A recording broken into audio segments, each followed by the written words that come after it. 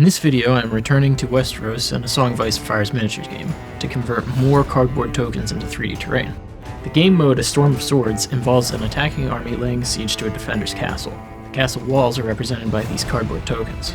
Some starter sets even include variants. There's wooden wall for the wildlings and this ice wall for the Night's Watch. I plan on making a segment of each type of wall that hopefully will add some scale and excitement to my next game.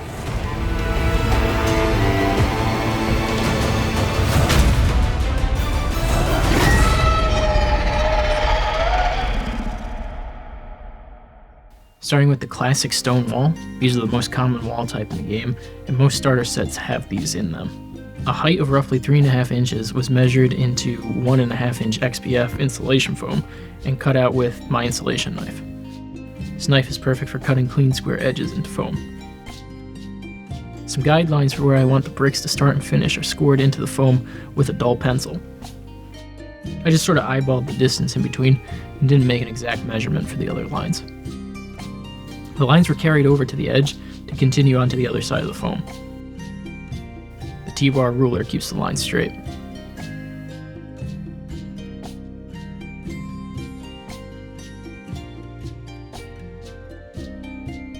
I then drew lines for each individual brick.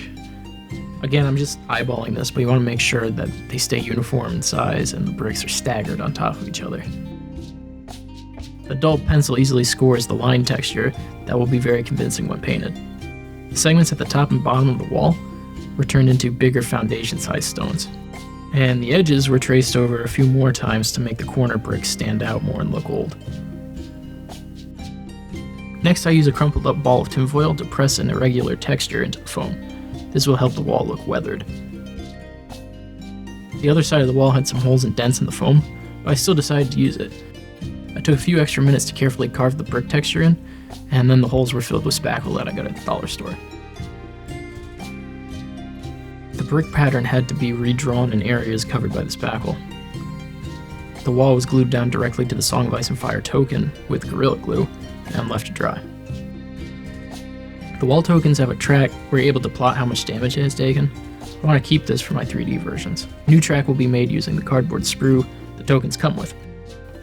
This segment of sprue had the 7 needed openings, but were too close together, so each opening was cut off and spaced out equally across the top of the wall. This additional strip of sprue was cut away to work as a guide to keep everything straight. Hot glue will work to hold down all the cardboard pieces, but I have to be careful to not have any of it pool where the tokens will go.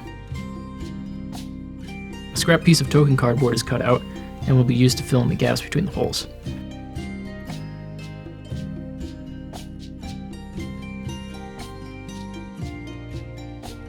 Next, using some detail molding from the hardware store, I cut 2 pieces to length.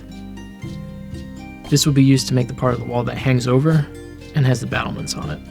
I thought the wall could have been slightly wider, so 2 strips of foam core were cut out to size and glued together with a piece of molding on top and below it. One more piece of detail molding was cut to size and glued to the back of the wall. Now I know the Storm of Swords mode doesn't let you place troops on top of the walls. I still want them to be to the scale of the Song of Ice and Fire miniatures, so a standing Stark bowman will be used to measure the height of the wall battlements. The measurement is copied down to a smaller 1-inch thick piece of XPS foam and cut out. It maybe should have been higher, but I like being able to see half the miniature while they're up there. An extra wall token was used to measure the proper distance between the Crenels and Merlons. Oh yeah, that's what those are called. I did my research. The Crenels are the gaps, and the Merlons are the solid part, and on the lower wall is the parapet. A piece of painter's tape was used to measure the height of my parapet and to stop the insulation knife when cutting out the Crenels. The brick texture was continued along the parapet, and the Merlons were made to look like the foundation stones. Everything was glued to the molding, and any leftover gaps were filled with spackle. The last step was after I noticed that the tokens would be hard to remove once inside their housing. This was fixed by splitting a token in half with my utility knife and gluing it down so the next token would be raised and easier to grab. With the stone wall in a good place, let's move on to the next one. This ice wall comes with the Night's Watch starter set. It is the largest, and for some reason it has this balcony piece attached to it. To build this wall, I started with a scrap piece of 1.5 inch thick XPS foam. The edges were tapered with the insulation knife. Now, holding the knife very lightly, I used the blade to scratch at the foam to make a mountainish glacier texture. It is super easy to cut yourself with this knife, so you need to make sure that you're holding it lightly and cut away from yourself. This is what it looked like when it was done. At the top of the wall, a segment was cut away to make room for the balcony, and the two sections at the end were cut away to create the parapets. Again, a ball of tinfoil is used to punch in an irregular texture into the foam.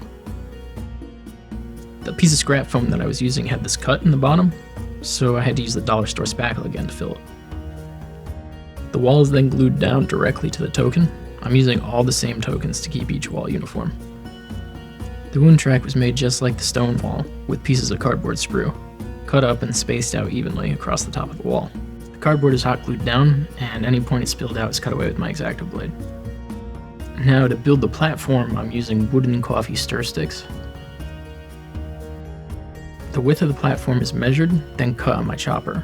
This allows me to get clean, straight cuts. The planks are staggered and glued to the supports.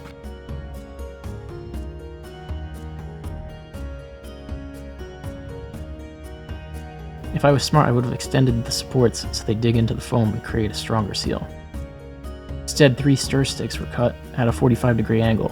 This will help hold up the deck. With the deck in place, the parapets were looking a little low, so I decided to build it up a bit with 2 new pieces of foam. This foam then had to be textured like before to match the rest of the wall. The fence posts of the deck will be made using square dowels. Using Jor Marmot as a guide, the dowels are measured and cut to size. Stir stick slats were cut and glued to the dowel posts. 2 final pieces of stir stick were fixed to the back of the wall, and the gaps were filled in with spackle. The wound track was filled in with split tokens, and the construction of this wall was finished, and I can move on to the last one. The wooden palisade fence comes with the Wildling starter set. I'm not sure why. I guess it's because they don't know what castles are or something. It's a windmill. Start this wall. The desired height was measured into a piece of foam core and cut out. 2 side walls were also cut out and glued together. This foam core structure is going to be used to hold all of the sticks in place, and by sticks I mean dowels. Lots of dowels. They are cut to uneven sizes, but still slightly larger than the foam core. The dowels can be loaded in and give me an idea of how many more I need to cut and build the entire wall. When I had enough dowels, the tips were sharpened with my utility knife. This entire build is very similar to how I made the wooden palisade defenses in a previous video. They turned out good, so I'm making this wall the same way. With all the dowels sharpened, they are placed back into the foam core holder and hot glued directly to the wall token. When the glue dries, it can be stood up and the foam core can be pulled away.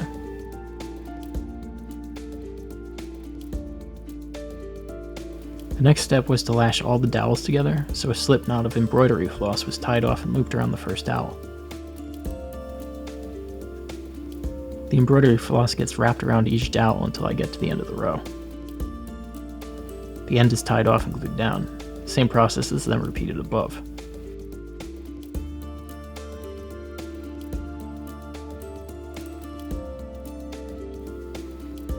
The height of the platform is measured, and dowels of that height are cut.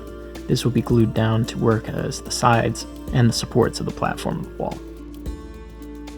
4 smaller rows of dowels were hot glued down to the right distance to allow stir sticks to be laid on top of them. These 4 new rows were also lashed together with embroidery floss.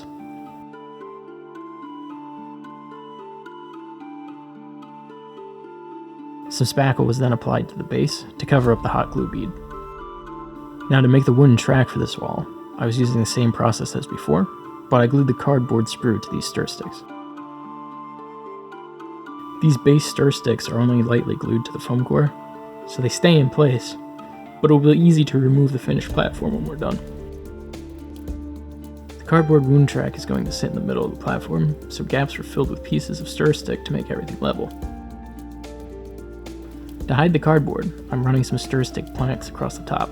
I'm only doing 2 rows at a time, so I can get my tools into the openings. My Dremel is used to sand away the stir stick covering the opening. The spinning sanding head of the Dremel is able to keep the opening circular and will allow the wound tokens to pop in and out. This was a slow process, so I sped it up using my utility knife to cut away the big pieces. But that led to me cutting myself pretty bad, so be careful and take your time. The second row of stir sticks is added, and I'm using less this time so there is less to cut away as sand. The last row of stir sticks was easy to add and didn't need to be cut or sanded.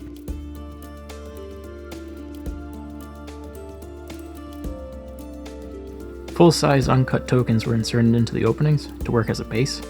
The actual gameplay wound tokens will sit on top of these. Some additional sanding was needed to make them fit perfectly. The last step was to use the cutting head of the Dremel to score in some vertical lines to stagger the wooden planks. The entire platform was removed from the foam core and hot glued to the rest of the wall.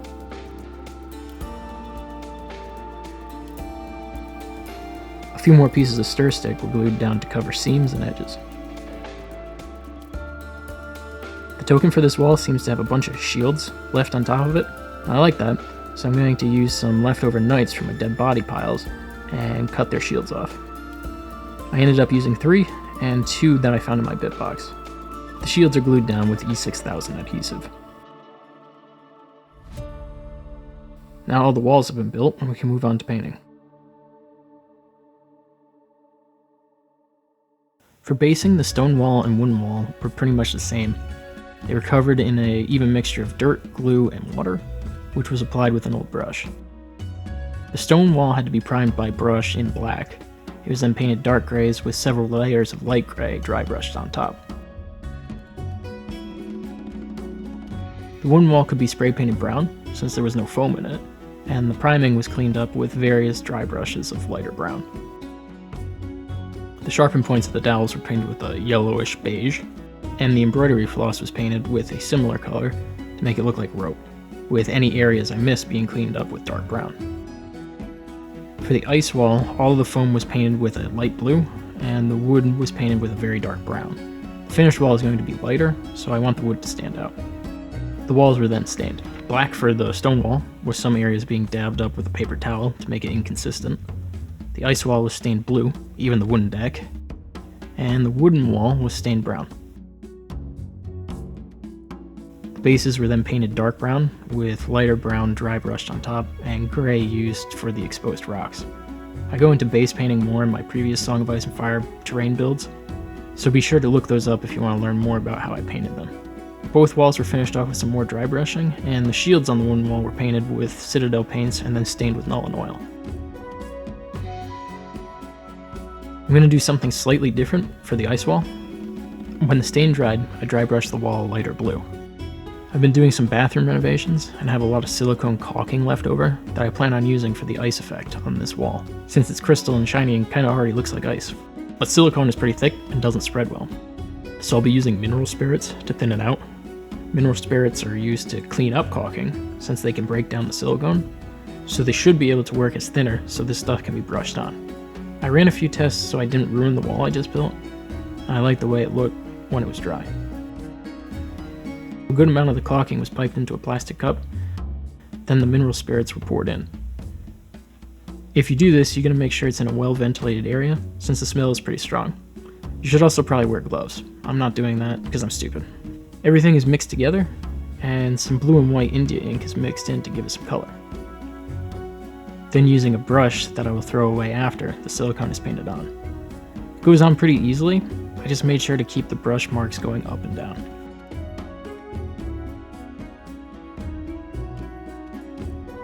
The bottom edge is built up to hide the seam between the cardboard and the foam. And when I finished, everything was taken and left to dry outside my garage.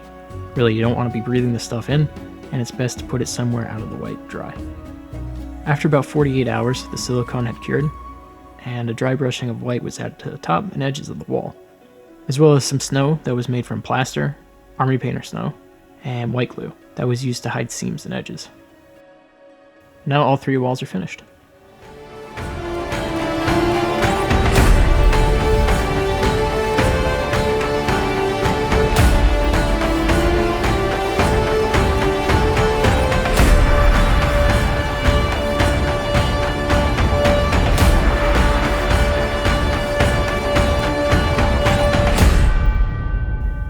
The completed walls make a nice imposing gameplay objective and background element to any major battle, and the wound track works great.